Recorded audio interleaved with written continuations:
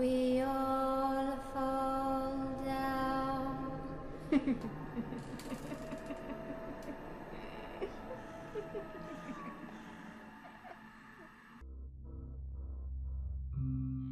Quelle heure est-il ? 14h51. Si je tiens encore, allez, 30 minutes. 30 minutes maximum. Et ça sera bon.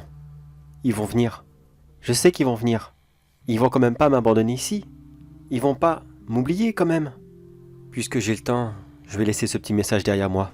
On sait jamais. Si quelqu'un en aurait besoin un jour. Soldat de première classe Crimson. Nous sommes le 23 mai 2035. Et aujourd'hui, eh bien, je suis le dernier de mon escouade. En espérant que je ne pars pas les rejoindre bientôt. Peut-être que c'est pas une bonne idée de parler aussi fort. Attendez une seconde. Est-ce qu'il est là ? Voyons voir. Non, ça a l'air d'être bon, il a dû partir. Enfin, j'espère. C'est vrai que c'est vraiment pas une bonne idée car ça pourrait attirer son attention, mais en même temps, ça me fait du bien de parler.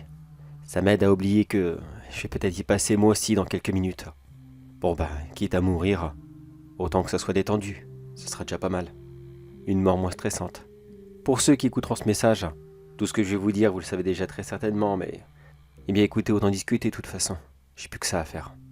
Je me retrouve ici, dans cette tranchée, à combattre à l'ancienne, comme nos arrière-arrière-grands-parents le faisaient, si ce n'est pas plus vieux encore. C'est tellement bizarre de faire ça. Ces images de tranchées, ces vidéos, de gens qui combattaient comme ça dans la boue, dans des conditions vraiment misérables, et qui bien souvent mouraient de ces mêmes conditions, ensevelis, mordus par des rats, et j'en passe d'autres encore. Mais cette guerre éclair qui nous a frappés a été si violente qu'on n'a vraiment pas eu le choix de retourner ainsi, et dire que depuis plus de 60 ans, tout le monde avait peur de l'arme atomique. Tout le monde s'imaginait déjà recevoir les obus de ses voisins, provoquant ainsi une guerre nucléaire, et détruisant toute forme de vie sur la Terre, en quelques instants. Eh non, même pas. Ça s'est passé autrement. On était si dépendants d'Internet. Ce réseau connecté, qui nous reliait les uns aux autres. Une chose merveilleuse quand on y réfléchit, mais ô combien dangereuse. On était trop dépendants à elle. Et quand cette guerre a commencé, les cyberattaques ont été les premières à être lancées.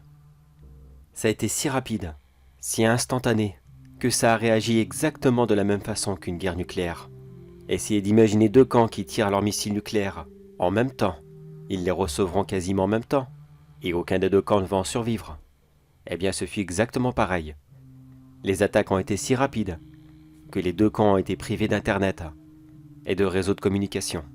Il restait bien ici et là quelques lignes privées, mais extrêmement rares, ultra sécurisées. Personne ne pouvait les atteindre. Enfin, dans les premières années, bien sûr. Tout le monde arrive à s'adapter, même les hackers.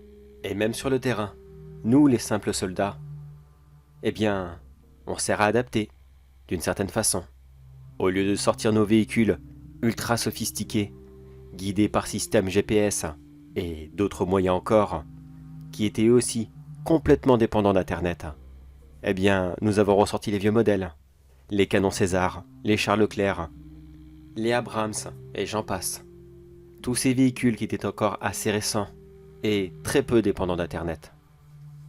Ils se conduisaient à l'ancienne, avec de vraies personnes, qui allaient réellement sur les champs de bataille, et qui honoraient leur pays. Mais même avec ces véhicules très puissants, on a eu du mal à les utiliser. Certes, des vétérans nous ont donné des cours, mais très rapidement, les maigres stocks que nous avions encore de ces véhicules, qui étaient plus considérés comme des pièces de musée, plutôt que de vrais engins de guerre, se sont rapidement épuisés, obligeant ainsi les infanteries à s'affronter les unes les autres. Et très rapidement on s'est retrouvé ici, dans les tranchées, comme en 14-18. Il arrive que parfois on a brièvement des lignes sécurisées, mais brièvement bien sûr. Les ennemis arrivent toujours à les pirater. Celle qu'on a gardée le plus longtemps, ça devait être 3 semaines, à peu près. À peu près, bien sûr. Comment est-ce qu'on arrive ? Grâce à l'effort collectif. Ces lignes ultra sécurisées et top secrètes ne sont destinées qu'à l'armée. Et pour une ligne qui est ouverte, des millions et des millions d'autres, publiques, qui ne servent strictement à rien, sont totalement balancées sur le réseau Internet mondial, afin que l'ennemi s'acharne sur elles, et pas sur les nôtres. Ça ne dure qu'un temps, mais tous les citoyens qui le pouvaient ont été appelés à aider la nation. Comment? En créant des logiciels, des applications, des serveurs, n'importe quoi. Du moment que l'ennemi s'acharnait dessus et que cela nous faisait gagner quelques précieuses minutes, c'était toujours ça de prix. Mais l'ennemi aussi s'est adapté. Ils n'ont pas créé ces petites lignes internet rapides. Non, ils se sont focalisés sur des systèmes d'IA complètement autonomes. Des IA non sécurisées et complètement indépendantes. Parfois même extrêmement dangereuses. Installées dans des petits corps cybernétiques, ces IA ne font absolument pas la différence entre l'ami et l'ennemi et attaquent tout ce qui bouge. En général, elles sont envoyées en mission suicide sur les champs de bataille. Et à de rares occasions, elles sont récupérées grâce à un système de télécommande ou je ne sais quoi. Désolé, je ne suis qu'un simple soldat, pas ingénieur. Que sont ces choses? Entre nous, on les appelle les cerbères. Ce sont d'horribles petits chiens mécaniques.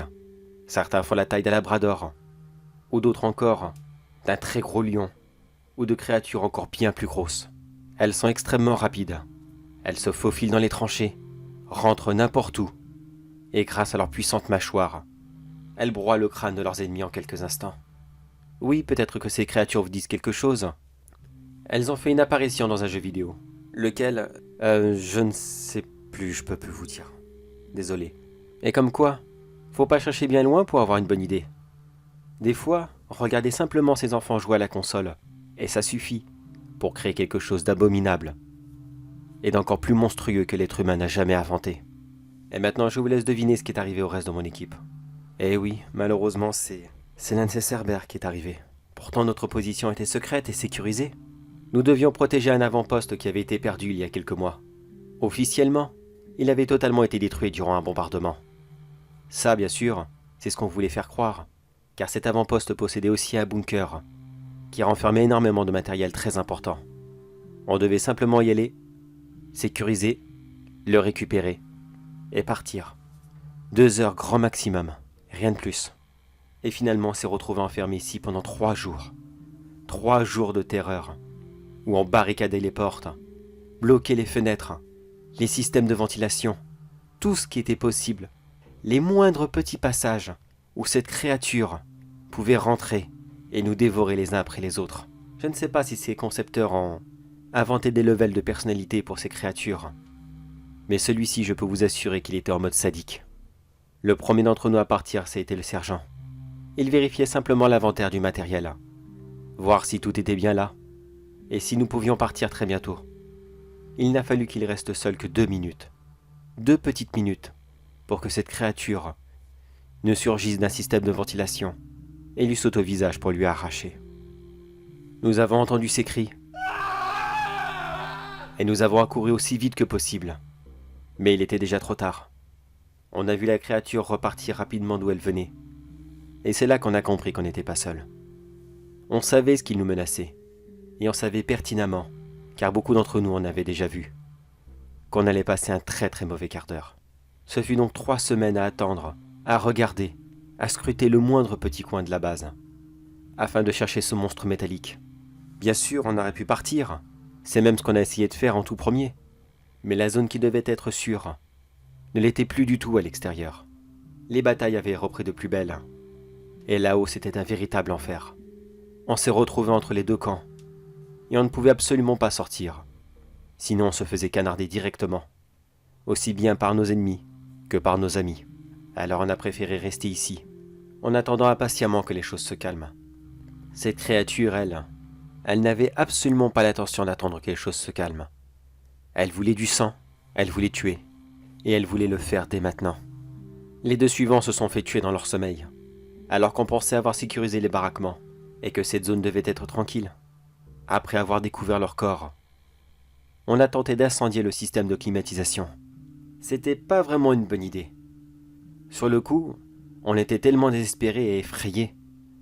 On a foutu le lance-flamme dedans, on a appuyé, et 2 autres parties du bunker se sont littéralement retrouvées sous les flammes. Oui, c'est vrai, c'était une idée complètement stupide. Mais que voulez-vous? Quand on est déprimé et effrayé, on essaye vraiment n'importe quoi. Même la chose la plus bête qui vous passe par la tête. Cette machine a continué à jouer avec nous comme cela. Elle était un gros chat, et nous, de vulgaires petites souris.